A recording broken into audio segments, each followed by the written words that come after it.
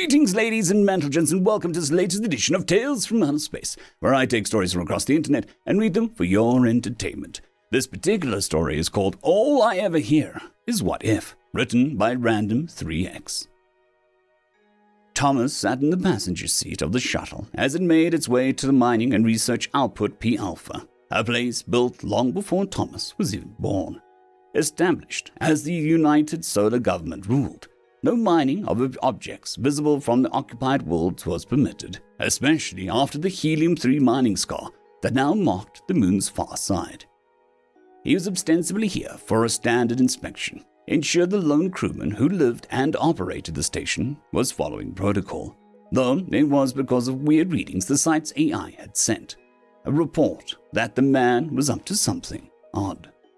Why the company even sent a lone crewman always confused Thomas. Humanity, being such a social species, prolonged isolation seemed more detrimental to profits than sending another few crew. Regardless of his personal opinion, he could see the station now. It was a sight that he'd seen countless times. The company often just used the same flat-pack station that could be easily assembled regardless of the environment. However, it was his first time seeing the one that was furthest away. Docking procedure beginning. Please collect all belongings from the shuttle before disembark. The ship's automated system was announced through the speakers. With a loud hiss and metallic clank, the airlock slowly opened to reveal a man standing there with his arms out as if ready to embrace Thomas in a hug. Dr. Jack, I presume?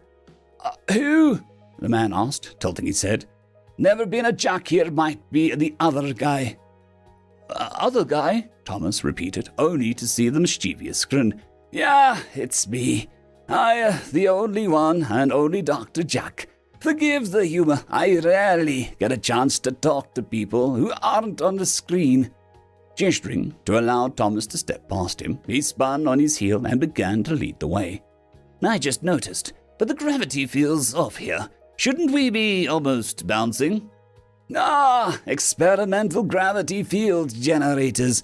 Part of the research I'm working on while here, Jack explained, doing a little jump. Can only manage 0.9 G, which might be why it feels just slightly off, he added, pinching his fingers close together. So, I'm here to inspect the helium-3 production system and the Kuiper Belt mining drones. Hearing this, Jack turned to face Thomas. Be honest, please. The air filters here aren't good at scrubbing bullshit. Pardon? I know why you're really here. I have not missed my quota once, even between experiments. I have sent back numerous reports detailing all the maintenance and projected fuel manufacturing. I have even reported when the bloody kettle stopped working. Thomas paused a step, shocked to see Jack's vitriol towards the kettle issue. Sorry about that. British and tea and all. He gave a light-hearted chuckle, as if to brush his outburst under the rug. So, why do you think I am here? Thomas asked, wondering if the psych hold might be best for the doctor. Simple because Gertie went and told teacher about me. Thomas paused once more to look at Jack. He was under the impression that the message the AI had sent was well encrypted. To think that he was aware of it worried him. You didn't know I read it. It's simple enough when you have an endless free time. What is a month spent decrypting when you have nothing better to do while automated experiments do their thing? So, you know Gertie identified anomalies. Yes, that is how she worded it. A smirk grew in his face. Between us, I think Gertie wants me to succeed. Succeed at what? The big announcement. Announcing what? Thomas pressed as he moved his hand towards his stun bolter. We are here, of course. Retreating half a step back towards the airlock and now idle shuttle, Thomas drew his stun bolter at this outburst. Doctor, please explain. You know of the Fermi paradox, right? Thomas nodded. Everyone nowadays knows about it. The idea the universe is so vast that the possibility of life not existing was statistically impossible. So, where is everybody? Jack asked. Thomas did not have an answer. No one did. The best suggestion that he even submitted to was the Great Filter. Maybe the Great Filter? No! I do not accept the Great Filter.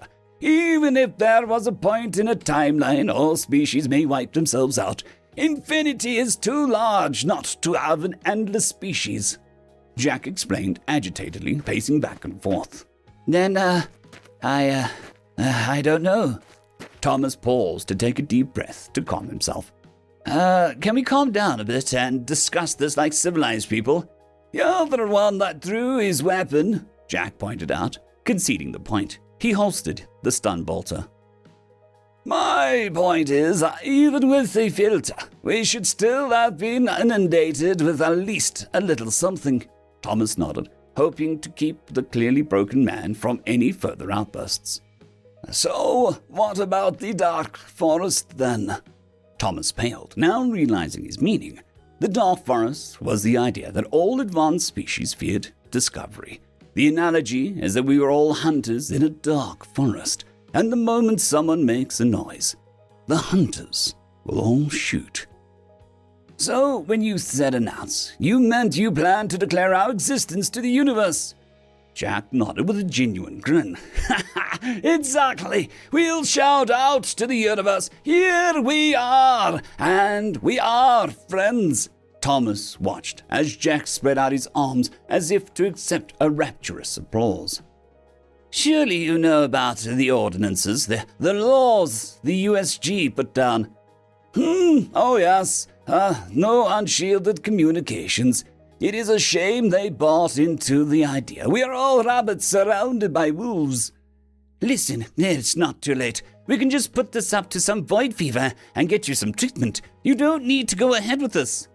You mean this? Jack asked, gesturing to a podium with a large red button that began rising from the floor. Thought it would be more dramatic, he explained with a bashful grin. Immediately drawing the stun bolter once more, Thomas took aim. Please, I don't want to do this. I understand, but why are you so opposed to the idea of announcing us to the universe? Why is everyone? Well, what if they are all dangerous beings? What if we are enslaved or destroyed? What if announcing us brings calamity? What if?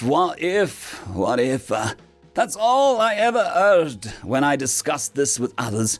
But let me ask you this. What if they are friendly? What if, like us, all species have empathy that transcends species? He paused to take a deep breath as he finished with a whisper. What if everyone is just too scared to take the first step? I understand your frustration, but this is illegal. I will shoot you if I must, Doctor.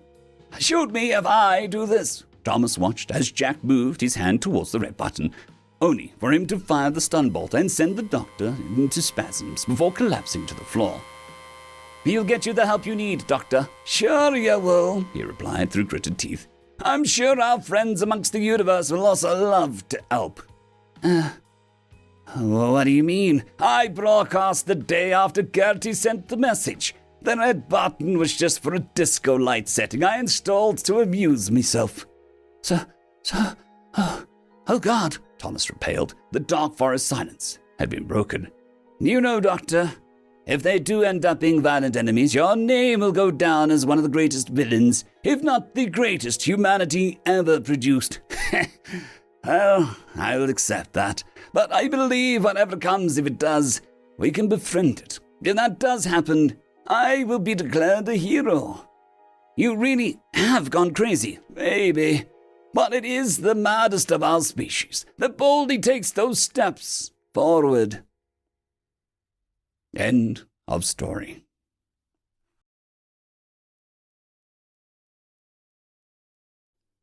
Story number 2. We're Trying to Get Along, written by WegianWarrior. Ambassador Josh checked the seals on his survival suit for the last time before striding down onto the floor of the Galactic Council. This would be his last time here, he knew, but he had pleaded for one last chance to address the Council before the human delegation would have to leave for the last time. Hundreds of visual sensory organs belonging to dozens of different species tracked his process down the shadow ramp. Hundreds of manipulating appendages tweaked the settings on the auto-translators. Hundreds of auditory receptors would listen to the last message Terra would ever deliver to the ancient assembly. Most of them assuming that it would be a last plea for a council seat, some expecting a curse for not being given one. Josh waited in the center of the hall until the Tri-D cameras had a good view of him. He knew without looking that a much larger-than-life hologram would be projected above him, letting everyone get a good look at whoever was speaking on the floor of the council. He looked around at dozens of delegates around him, slowly starting to smile. "We tried to get along," Josh started, deliberately ignoring the traditional observances of greeting the council. "We tried to be friendly. We tried sharing our technology, culture, and history. Although, in hindsight, the last bit was perhaps a mistake." The other delegates shifted and looked at each other. This was not the last plea that they had expected. This wasn't even polite. "We tried teaching you, all of you, about biochemical barriers," Josh continued as his smile grew wider. We tried to explain about left-handed and right-handed amino acids. We tried to explain, sometimes in very simple words, that eating you would make a human sick or even dead. This time, all the delegates shifted uncomfortably. To talk about eating other sentient beings was beyond rude, even if it was in the negative. "You insisted that we are untrustworthy. You insisted that we are a danger to the galaxy. That's because we are predators. We want to rule over prey species." Josh spun around to take in every single being in the Great Hall, all of them descending from herbivores. "So be." The delegates kept looking at each other, kept fiddling with their translators, kept looking everywhere else than on Josh and his grinning mouth full of teeth. "We will become killers, hunting you not for food, but for fun.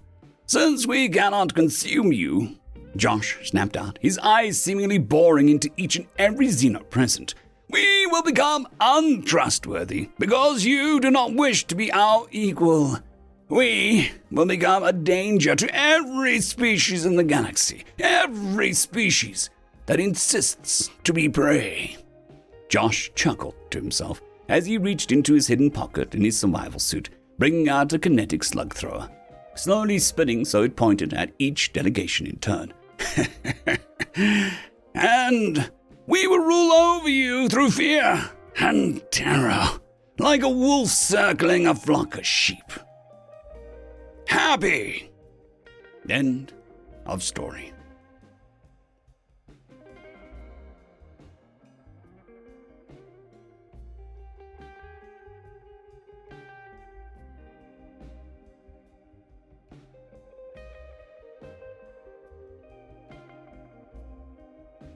I would just quickly like to thank the T5 peeps: Dragon Soup, Cold War Boomerwaffen, Severin Cerberus, Red Panda 121, Leslie 517, Bushmaster 177, Caspar Arnholtz, Cam Maxwell, Sans the Skeleton, Lightjock, Dragzoon WRE, and Lord Azrakal. Thank you very much.